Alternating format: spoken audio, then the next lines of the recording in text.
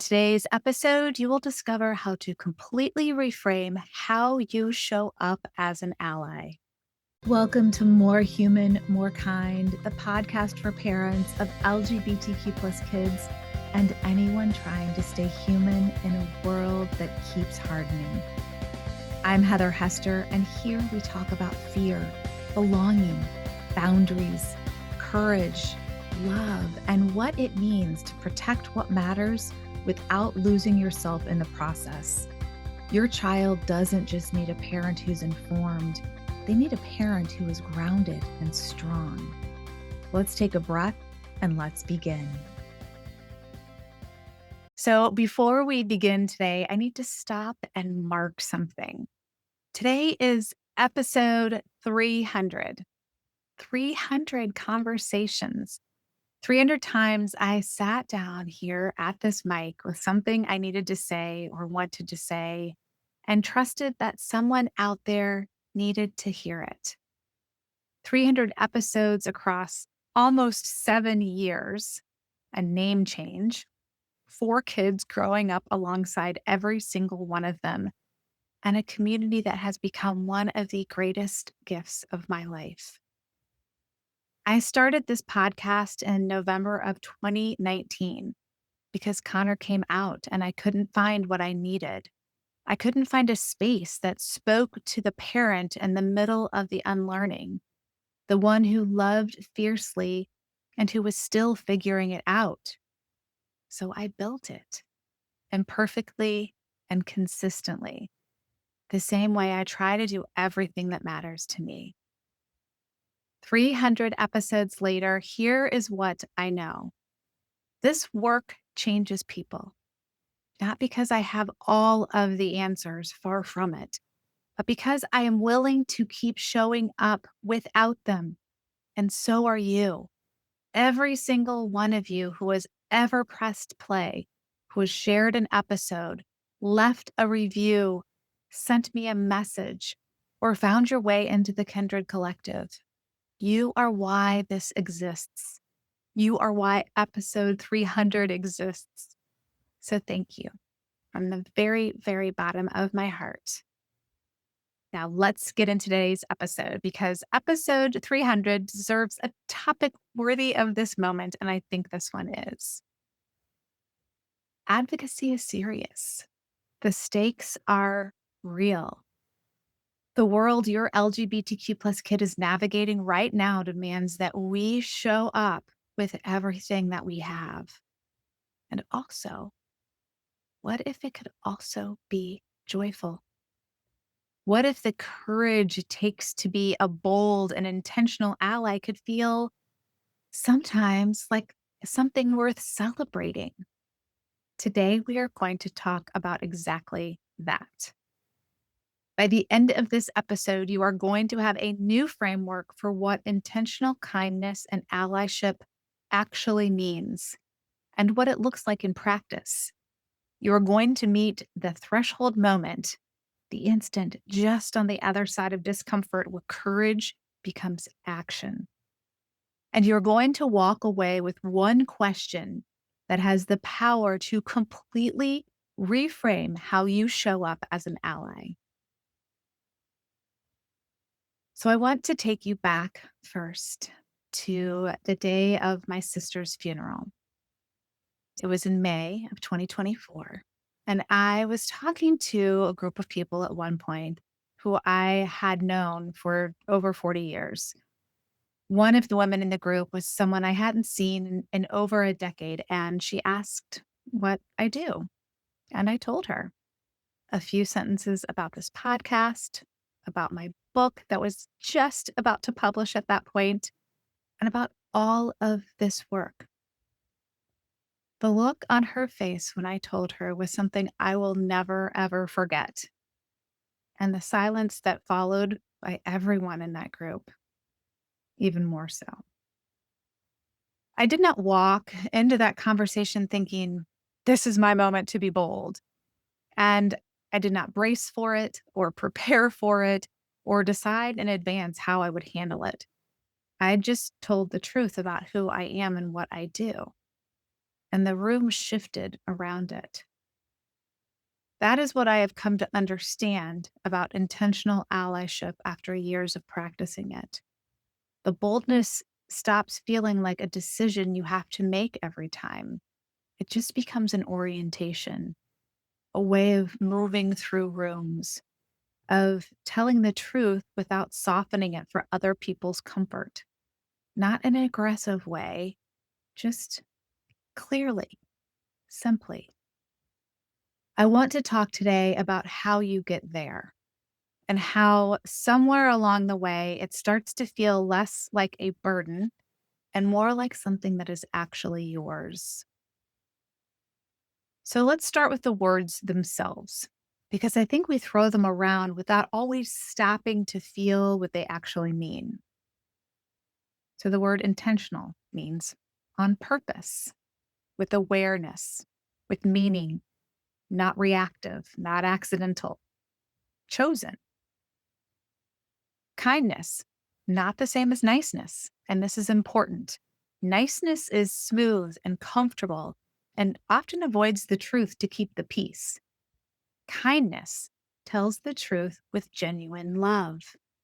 Kindness sets a boundary as an expression of care. Kindness does not sacrifice itself to make other people feel comfortable. It is thoughtful and real, and sometimes it costs something. And then allyship, advocating for a group you are not part of, showing up, speaking up, messy and imperfect, and doing it anyway.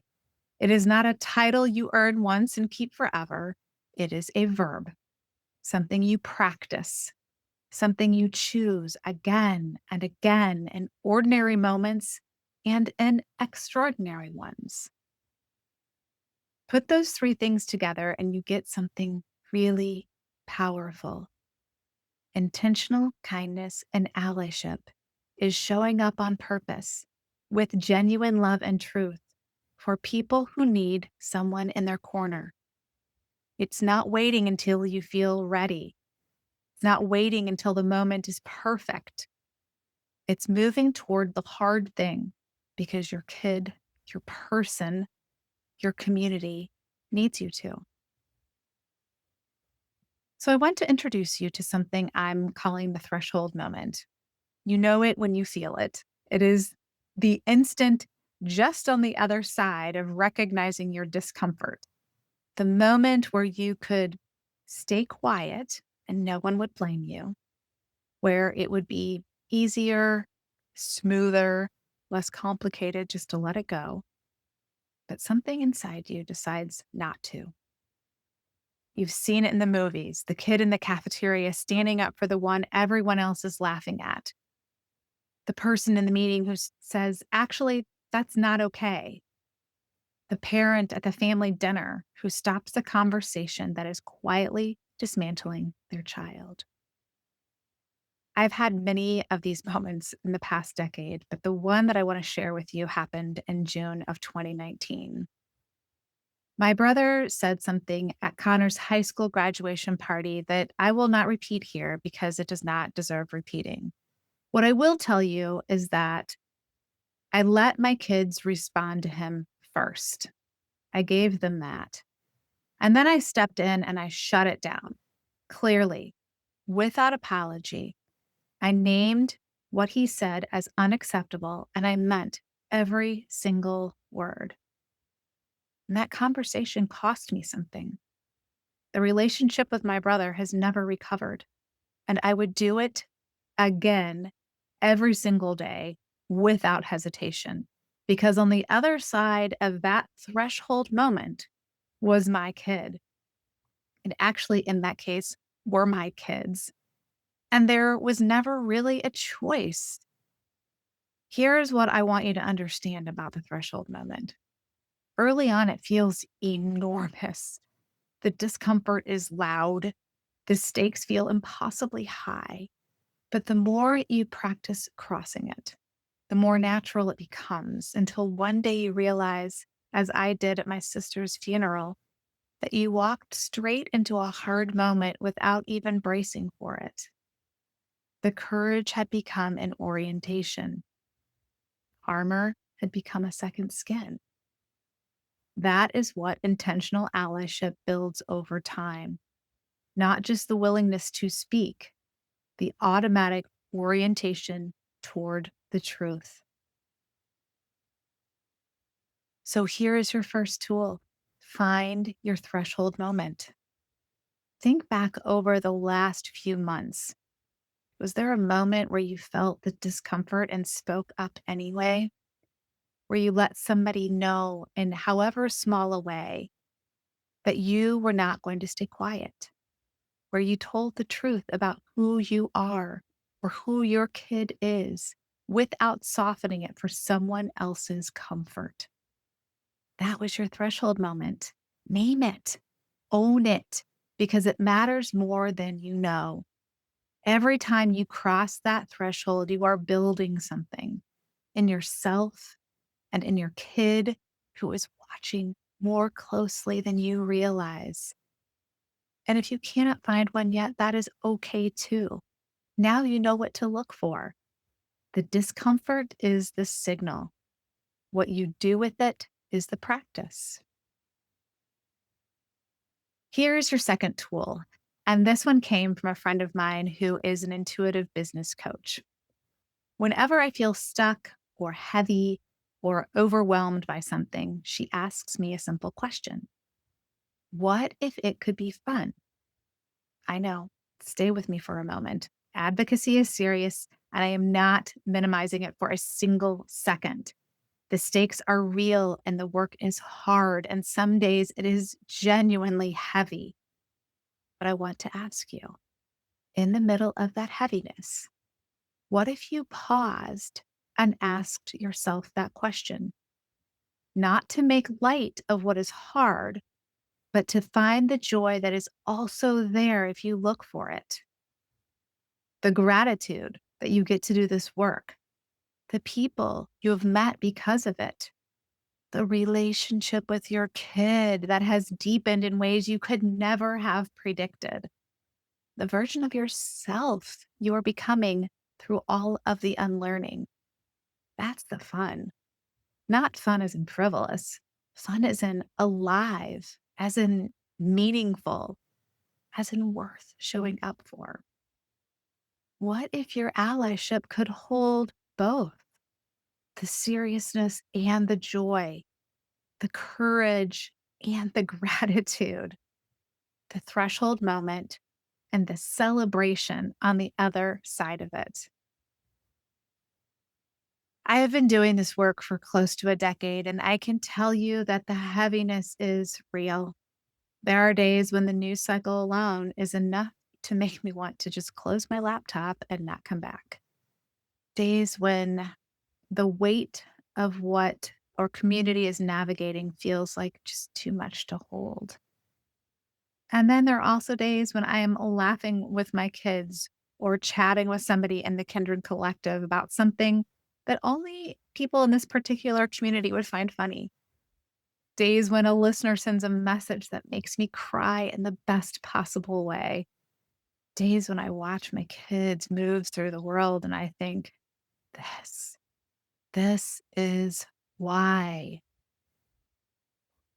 The joy and the weight live in the same body, the same way the alertness and the laughter do when I'm traveling with my family, the same way compassion fatigue and compassion satisfaction do when I am deep in this work.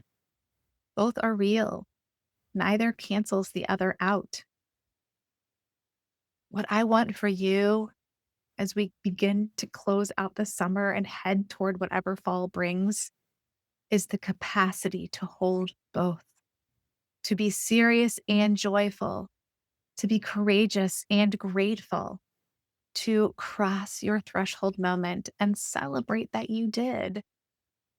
You are an ally, messy and imperfect, and showing up anyway. That is the whole thing. So, if you haven't already, take a few moments right now and think about what your threshold moment is. whether it's the one you have already crossed or the one you can feel that's waiting for you. And where in your allyship could you ask yourself, what if this could also be fun? Thank you so much for being here for episode 300. Truly. And if this episode or any episode this summer has meant something to you, I would love to hear about it. Please either leave me a review on Apple Podcasts, send me a message, or come find me in the Kindred Collective. Your words matter more than you know. I will see you on Friday for the butterfly effect. And until then, keep becoming more human and more kind.